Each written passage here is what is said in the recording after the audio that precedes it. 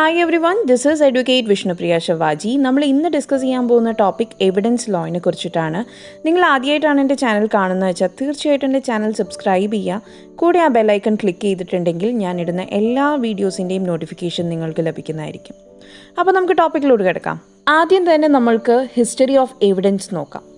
Dharmashastra have discussed the importance of evidence.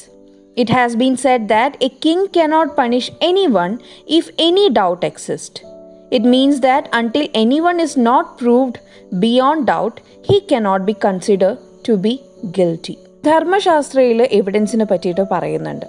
അതായത് ആ ഒരു സമയത്ത്, ആ ഒരു കാലഘട്ടത്തിൽ കിങ്ങിന് ഒരു ആളുടെ പുറത്ത് ഡൗട്ട് ഉണ്ട്, അയാൾ ഒരു കുറ്റം ചെയ്തിട്ടുണ്ടോ എന്നുള്ള മിയർലി ഒരു ഡൗട്ട് ഉണ്ടെങ്കിൽ പോലും ആ ഒരു വ്യക്തിയെ ശിക്ഷിക്കാൻ പറ്റില്ലായിരുന്നു. കാരണം പ്രൂവ്ഡ് ആയിരിക്കണം, ആ ഒരു വ്യക്തി തെറ്റ് ചെയ്തിട്ടുണ്ട് എന്നുള്ളത് പ്രൂവ്ഡ് ആയിട്ടുള്ള ഒരു സിറ്റുവേഷനിൽ മാത്രമായിരുന്നു അന്ന് ശിക്ഷിച്ചിരുന്നത്. ഒരിക്കലും ഒരു ഡൗട്ടിൻ്റെ പുറത്തോ എന്തെങ്കിലും ഒരു ഡൗട്ട് ഉണ്ടെങ്കിൽ ആ വ്യക്തിയെ ശിക്ഷിച്ചിരുന്നില്ല. അടുത്തതായിട്ട്, during Muslim rule in India there was no codified law relating to law of evidence. There was customs and usage has provided in Muslim law on basis of which the matters were decided. അതായത് മുസ്ലിം rule ഇന്ത്യയിൽ ഉണ്ടായിരുന്ന സമയത്ത്, അതല്ലെങ്കിൽ മുഗൾ ഭരണം ഇന്ത്യയിൽ ഉണ്ടായിരുന്ന സമയത്ത് നമ്മൾക്ക് കോഡിഫൈഡ് ആയിട്ടുള്ള ഒരു എവിഡൻസ് ലോ ഉണ്ടായിരുന്നില്ല. കോഡിഫൈഡ് ഇൻ ദ സെൻസ് എഴുതി വയ്ക്കപ്പെട്ട ഒരു ലോ ഒന്നും എവിഡൻസിൻ്റെ ഉണ്ടായിരുന്നില്ല.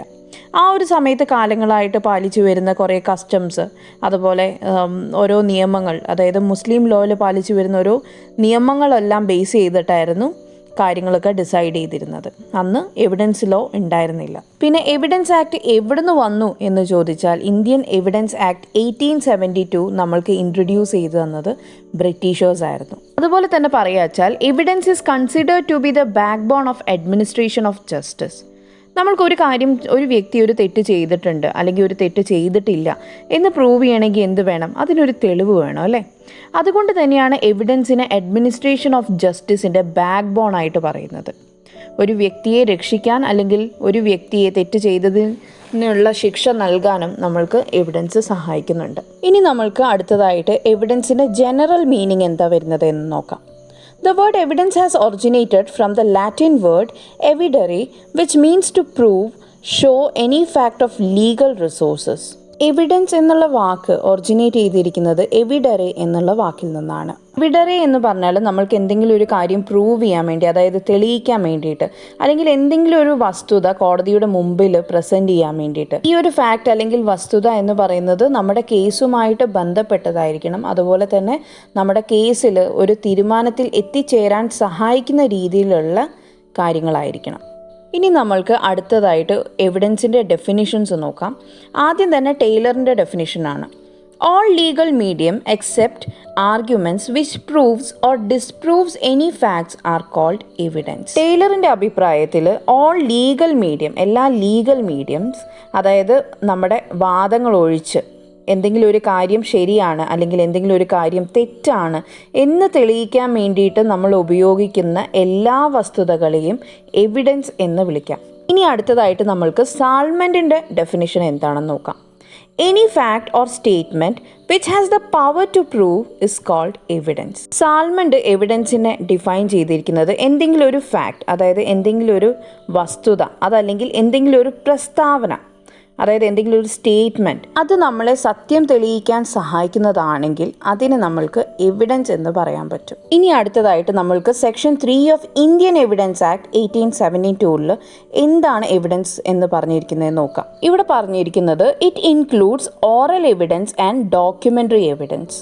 ഓക്കെ, ഇവിടെ സെക്ഷൻ 3 ഇന്ത്യൻ എവിഡൻസ് ആക്ടിൽ എവിഡൻസിന് പറഞ്ഞിരിക്കുന്നത് എവിഡൻസ് 2 രീതിയിലുണ്ട്. അത് ഒന്ന് ഓറൽ എവിഡൻസും മറ്റൊന്ന് ഡോക്യുമെൻ്ററി എവിഡൻസ് ആണ് എന്നാണ്. ഇനി അടുത്തതായിട്ട് നമ്മൾക്ക് നേച്ചർ ഓഫ് എവിഡൻസ് ലോ നോക്കാം. അതിൽ first one, it is not exhaustive in nature.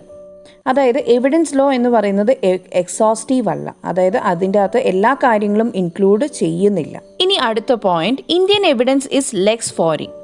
Lex fori എന്ന് വെച്ചാൽ എന്താണ്? Law of the land. അതായത് ഒരു കേസ് ഡിസൈഡ് ചെയ്യുന്നത് നമ്മുടെ രാജ്യത്തിൻ്റെ നിയമങ്ങൾ അനുസരിച്ചിട്ടായിരിക്കും. അതായത് ഒരിക്കലും വേറൊരു രാജ്യത്തിൽ എന്താണ് നടക്കുന്നത്, എന്താണ് നിയമം എന്ന് നോക്കിയിട്ടല്ല, മറിച്ച് നമ്മുടെ രാജ്യത്തെ നിയമങ്ങൾ നോക്കിയിട്ടാണ് കോടതി ഒരു വിധി പുറപ്പെടുവിക്കുന്നത്. ഇനി അടുത്ത പോയിന്റ് എന്ന് പറയുന്നത് it is a part of law of procedure. Basically 2 type law ആണ് പറയുക നമ്മൾ. ഒന്ന് സബ്സ്റ്റാൻറ്റീവ് ലോ, പിന്നെ ഒന്ന് പ്രൊസീജിയറൽ ലോ. അപ്പം ഇന്ത്യൻ എവിഡൻസ് ആക്ട് എന്ന് പറയുന്നത് എന്താണ്? പ്രൊസീജിയറൽ ലോൻ്റെ ഒരു ഭാഗമാണ്. അതായത് ഒരു പ്രൊസീജിയർ പാലിച്ചുകൊണ്ട് നടത്തുന്ന ഒരു ലോ ആണ് ഇന്ത്യൻ എവിഡൻസ് ആക്ട് എന്ന് പറയുന്നത്. ഇനി അടുത്ത പോയിന്റ് എന്ന് പറയുന്നത് it is retrospective in nature. Indian evidence act എന്ന് പറയുന്നത് റെട്രോസ്പെക്റ്റീവ് ഇൻ നേച്ചർ ആണ്. അതായത് മുൻകാല പ്രാബല്യത്തോടെയുള്ള ഒരു നിയമമാണ് ഇന്ത്യൻ എവിഡൻസ് ആക്ട് എന്ന് പറയുന്നത്. ഇനി നമ്മൾക്ക് അടുത്തതായിട്ട് ഡിസ്കസ് ചെയ്യാനുള്ളത് ടൈപ്സ് ഓഫ് എവിഡൻസ് ആണ്. അത് നമ്മൾക്ക് അടുത്ത വീഡിയോയിലൂടെ ഡിസ്കസ് ചെയ്യാവുന്നതാണ്. അതുപോലെ തന്നെ നിങ്ങൾക്ക് ഈ ഒരു വീഡിയോയിൽ എന്തെങ്കിലും സംശയം ഉണ്ടെങ്കിൽ കമൻറ്റ് ബോക്സിൽ കമൻറ്റ് ചെയ്യാവുന്നതാണ്. എല്ലാവർക്കും നല്ലൊരു ദിവസം ആശംസിക്കുന്നു.